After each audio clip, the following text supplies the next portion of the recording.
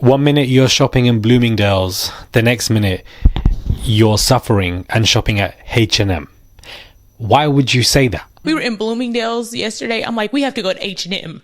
I genuinely don't understand why she would come and say this. The lack of spatial awareness of how this even comes across. First and foremost, I love me some H&M. We were in Bloomingdale's yesterday. I'm like, we have to go to H&M.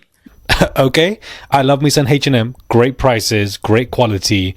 Always got a sale going on. Ain't nothing wrong with some H&M. But to talk about this and discuss this, I don't know why she would even put this out, because why would anybody have empathy for you when hundreds of people across the world, whether you're in London, New York, and so many cities, are suffering with rent prices going significantly high, food, groceries going high, bills going high. Everybody's got bills to pay, but we need to feel sorry for B. Simone, who 1 minute is crying about Bloomingdale's and how she can't shop there, but she needs to go to H&M. The same woman who was really upset with people who have 9 to 5s and that she can't date somebody who clocks in and clocks out of a shift. My finances, the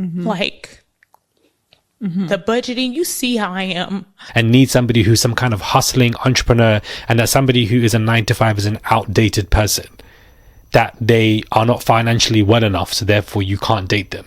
Well, now you're in that same position because you have publicly spoken about the fact that you can't go to Bloomingdale's. You're now going to H&M. You can't, you're looking at your money, you're scrutinizing everything, and you're looking at your purchases, and that is obviously some kind of hell that you're living. And then a couple of days ago, you then put out clips of how your ex or your best friend or whoever that person was confirming the hard times they went through and how B. Simone didn't help her, and she basically was just saying Jesus, making her come across as a very bad friend.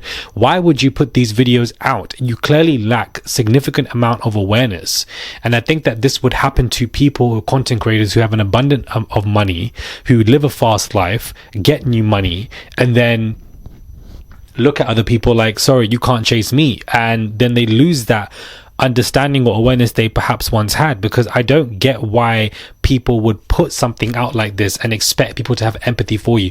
Do you think anybody gives a damn about the fact that you can't afford Bloomingdale's and you're at H&M when people are running behind on rent or have to take an extra shift at work, need to get 2-3 jobs? You have your contractors and builders and doctors and nurses and teachers who are not even doing 9 to 5s. They're doing 7 to 6s, 7 to 7s, or those who work in retail that do significantly long shifts and are underpaid. Why would anybody give a damn?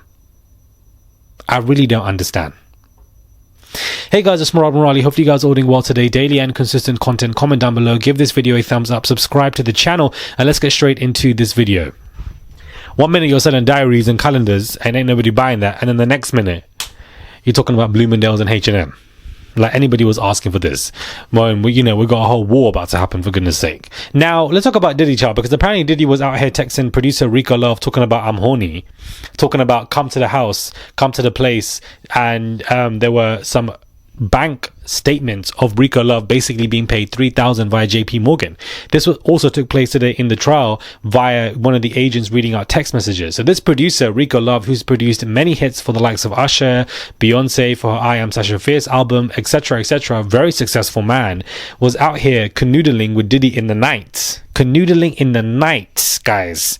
While the moon was up and the sun was gone, Diddy and Rico Love were canoodling in the night, allegedly, where this man was basically going off to Diddy wherever Diddy wanted him. Diddy was flying him out and etc., giving him money for his rate, which apparently was $3,000, talking about texting him saying, I'm horny. Excuse me? Can you imagine a text from Diddy saying, I'm horny? That is the most scariest thing that anybody could really experience. So this is interesting because, the Amex card that Diddy and his people used were tracked by the feds, where they were going, tickets for Jane, the Freak Off workers, Rico Love, all of these people who are being paid. And basically this helps to add to Rico. The fact that this man was out here with Rico Love and he's facing Rico is hilarious to me. But, this is all alleged because I don't believe Diddy was calling Rico to turn off the lights. Okay, you were definitely in that room with Diddy. That's what I just personally believe. Living your best life. Ain't nothing wrong with that, if that's what you guys want to do in your private time. But the fact that he was being paid as well, to me, is very interesting, because this then leads the question to who else in the music world was Diddy paying who basically was a kind of escort behind the scenes, but a public face and musician or producer for everybody else to see. I don't know, but it could be other people. This could also explain why everybody's so quiet about Diddy and why nobody wants to testify for him, because maybe some of these people were escorts for Diddy back in the day or currently. It does make you think. It does make you think, but that's what they're saying about Rico Love in the courts, child. Now, I feel like Diddy's lawyers are turning against him. I'm so sorry. Diddy's lawyers, guys, are taking him for a run. They're taking the piss out of him, and they are basically, I feel like, turning against him, banking, taking money from him. The real winners from this case are the lawyers from Diddy. Do you understand? They're getting paid so much money, and they have decided that not one witness is going to testify for Diddy. Diddy himself is not going to testify. And when it came to them defending Diddy, after the prosecution rested their case and it was the defense's turn, we would have expected at least 4 days minimum. Tell me why the defense only took 20 minutes. You're taking a piss. 20 minutes. The defense rested their case in 20 minutes. That's all they're like. What? Are you dumb? Not my ring light going, child. Are you dumb or are you dumb? Because I don't understand. I'm paying 7-8 lawyers bankrolling, giving them money left, right, center, and the best that they could do is raise a defense for Diddy in 20 minutes and 20 minutes only. Do you realize how crazy that is? 20 minutes. But basically, their short presentation followed nearly 7 weeks of arguments of witnesses by the prosecution.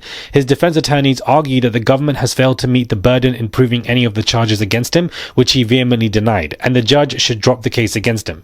Diddy has also confirmed to the court that he would not take the stand in his own trial. It's my decision with my lawyers not to testify. He obviously, was greeting the judge, trying to manipulate him, got up, smiling, showing all of his 40,000 teeth, and basically trying to be happy and say that his lawyers have done a good job. Genuinely, him and his lawyers are all delusional. For you to do a 20-minute defense and for you to basically say that none of the RICO has been proven because Diddy wasn't the one who was, forcing people to do XYZ for him is basically what he was saying. Just don't understand, guys. I really don't understand how they were able to rest the case. I just don't understand. Presenting their case, defense lawyers entered into evidence a series of text messages they argue show how the hip-hop mogul and his girlfriend were in loving consensual relationships. Some of the electronic messages appeared sweet and tender. In one message sent in 2017, Cassie told Combs he was her best friend. The prosecution agreed these messages were authentic. As expected, the defense's presentation was extremely short, and lawyers rest their case after the prosecution ended its case. Prosecutors said that there would be no rebuttal to the case. Now, BBC is saying only after 20 minutes, but Sky News is saying 2 hours, but 20 minutes, 2 hours, same shit in my opinion. I'm so sorry. Not even 24 hours. Please.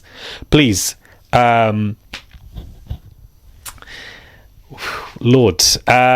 Anyways, tomorrow there's no court day. The Judge Arun has given a break. Thursday and Friday are closing arguments. I presume Thursday for 1 day for prosecution, Friday 1 day for the defense, or they're both just going to drag it out.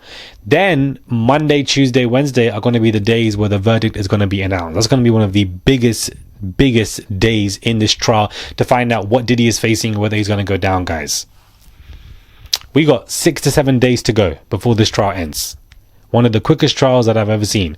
But Diddy's lawyers basically said in their short defense that none of the RICO has been proven, that these people around him weren't actually implicated, the workers and etc. in the bedroom with Diddy and whoever he wanted. He wasn't forcing his workers to do XYZ, and that none of this RICO is basically a huge risk for Diddy's lawyers to take. That's why I feel like his lawyers are turning against him, or like, at this point just taking the money and saying it is what it is, because it's a huge risk to not bring any witnesses, and it's a huge risk just to have a short defense and say all we're going to say is that whatever the prosecution is saying is basically not been proven. The RICO has not been proven. None of the RICO factors in the RICO list have been proven, not one of them, and we're just going to go off on that for the fact that whatever prosecution have brought, none of it shows specifically that Diddy was doing XYZ. That's basically what they said for the defense. That defense to me is weak. It's so weak. It's just so weak. It should be at least a couple of days for you to go in on the prosecution and break down everything in the defense. You've hired 7 lawyers, and this is what they're doing to you. They're taking a piss out of you. I'm so sorry. It's a wrap. It's really a wrap. Subscribe, comment down below, give this video a thumbs up. I would appreciate it. Send a tip if you guys wish to. There's a $sign there. Send a tip, baby. Click that button and subscribe. It's just one click. Join Maraud Nation. Join the Marauders. Click the notifications bell so that you guys get notified with these videos. It's a wrap, child. It's a wrap for Diddy. He can't make it. He ain't making it. He ain't making it, guys. He really ain't making it. He just, I don't know. He's not making it, guys.